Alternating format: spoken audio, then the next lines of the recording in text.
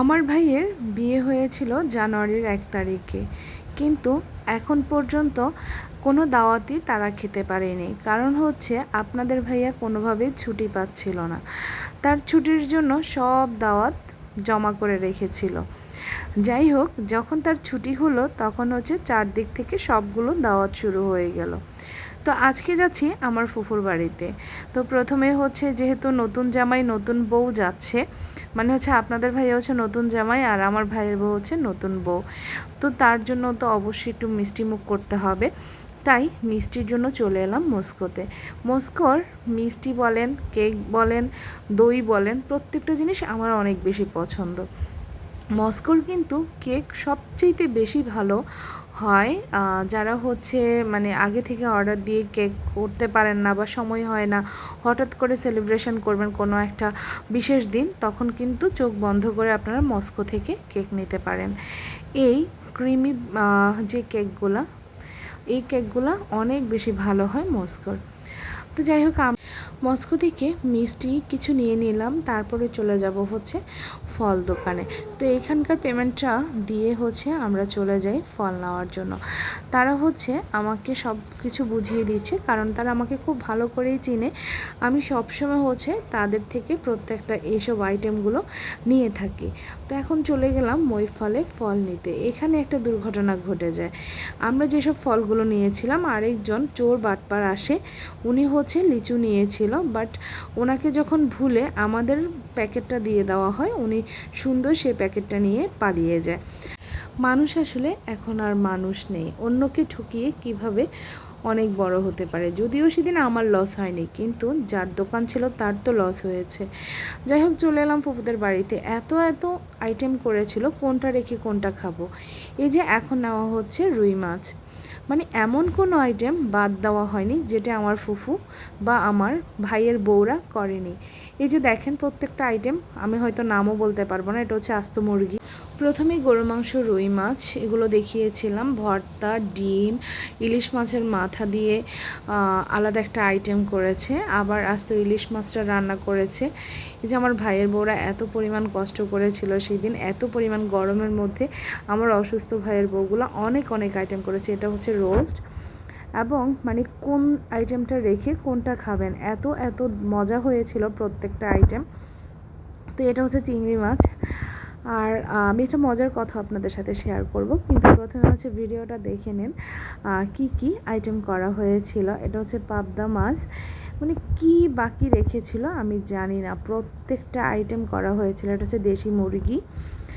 তারপরে হচ্ছে আসলে এত আইটেম খাওয়া যায় না, তবে দেখতে সুন্দর এই জন্য হচ্ছে কোনো আইটেম আমার ফুফু বাদ দেয়নি। এটা হচ্ছে ট্যাংরা মাছ, প্রত্যেকটা ট্যাংরা মাছ হচ্ছে ডিমওয়ালা ছিল। মানে কি আর বলবো, এমন কোনো আইটেম বাদ ছিল না, মানে সব করে ফেলছে। এটা হচ্ছে রোস্ট। তো আরও আছে, আরও অনেক অনেক খাবার ছিল যেগুলো আমি হয়তো ভিডিও ক্লিপ নিতে পারিনি। তো এখন হচ্ছে আমাদের খাওয়ার জন্য ডাকা হয়েছে, মানে বসে যেতে বলছে বারবার, যেটা আমরা যেতেও অনেক বেশি লেট করেছিলাম। তো এখন হচ্ছে খাওয়া শুরু করব। আর মজার একটা কথা আপনাদের সাথে শেয়ার করি, আমি কোথাও গেলে অবশ্যই রোস্ট এবং ডিম, এই দুটো জিনিস আমার অনেক বেশি পছন্দ, ওইটা আমি অবশ্যই খাবো। আর যদি ভর্তা থাকে সেটা কোনোভাবে মিস করব না। তো তারা হচ্ছে মানে আমার ভাইয়েরা, আমার ভাইয়ের বউরা, ওরা সবাই শুধু মানে দিতেই আছে প্লেটের মধ্যে জামাইকে। মানে কি বলবো, এত পরিমাণ যে মানে আপ্যায়ন করেছিল, জামাই হলে বোধহয় এরকম করে। আর আমার ভাইয়ের বউটা তো কিছুই খেতে পারছিল না। আচ্ছা, তারপরেও হচ্ছে আমার ভাইয়েরা আর আমার ভাইয়ের বউরা অনেক অনেক কিছু করেছে, এবং মাশাআল্লাহ এত ভালো হয়েছিল প্রত্যেকটা রান্না। আলহামদুলিল্লাহ। আমার ভাইয়ের বউ তো এখনও বলছে ভাবিদের রোস্ট এত মজা হয়েছিল, কারণ ও মাত্র হচ্ছে রোস্টটা আর ডিমটা দিয়ে বোধহয় ভাত খেয়েছিল, কারণ সে কিছুই খেতে পারছিল না। আর এত গরম পড়েছিল, সব কিছু মিলিয়ে আসলে কি বলবো। তারপরেও হচ্ছে এত গরমের মধ্যে তারা এত এত আইটেম করেছিল। তো আমি বারবারই বলছি, কারণ তাদের এত পরিমাণ আইটেম করা হয়েছে, আমি প্রত্যেকটা আইটেম এত পরিমাণ সুস্বাদু হয়েছিল। তো জামাই আদর বলে কথা, মানে আমার ফুফু তো বারবার বলছে জামাই মানে খেতে পারছে কিনা, তার কাছে ভালো লাগছে কিনা। এদিক দিয়ে তো হচ্ছে আপনাদের ভাইয়া বারবার বলতেছে যে এতগুলো আইটেম করে কেউ, এতগুলো আইটেম খাওয়া যায়। এখন ফিরনির আপ্যায়ন বলে কথা। আচ্ছা বলেন তো আপনাদের কোন কোন ডিস্ট্রিক্টে এরকম জামাই আপ্যায়ন করা হয় বা জামাই আদর করা হয়। যে ভর্তাটা টাকি মাছের ছিল, এত মজা হয়েছিল, আমার কাছে মনে হচ্ছে আমি যে ভর্তা করি তার চাইতেও বেস্ট হয়েছিল।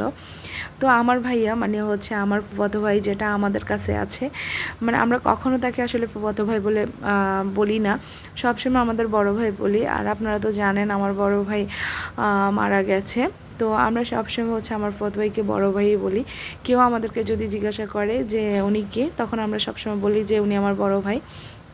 কারণ আমাদের এই ভাই হচ্ছে আমাদেরকে কোলে পিঠে করে মানুষ করেছে এক কথায়। কারণ যেহেতু আমার ভাইটা আমার মার কাছে ছিল, তো সেই জন্য হচ্ছে সবসময় আমাদেরকে মানে তার কাছেই রাখতো এবং অনেক বেশি আদর করতো। এক কথা আমাদেরকে হাঁটা থেকে শুরু করে মানে সব কিছু শিখিয়েছে আমার এই ভাই। তো আমি যদি আমার ভাইকে ভিডিওতে রাখতে পারিনি, কারণ ভাইয়া ওরকম ভিডিওতে শাই ফিল করে না। তো সব কিছু শেষে হচ্ছে ফুফুদের খ্যাতি গিয়ে হচ্ছে মরিচ তুলে নিলাম, আর এগুলো হচ্ছে ফুফু পালতেছিল। তো এই চীনা হাঁসগুলো আমাকে দেখাচ্ছিল ফুফু যে কতগুলো চীনা হাঁস রেখেছি। যাই হোক, সবাই ভালো থাকবেন, সুস্থ থাকবেন। আজকের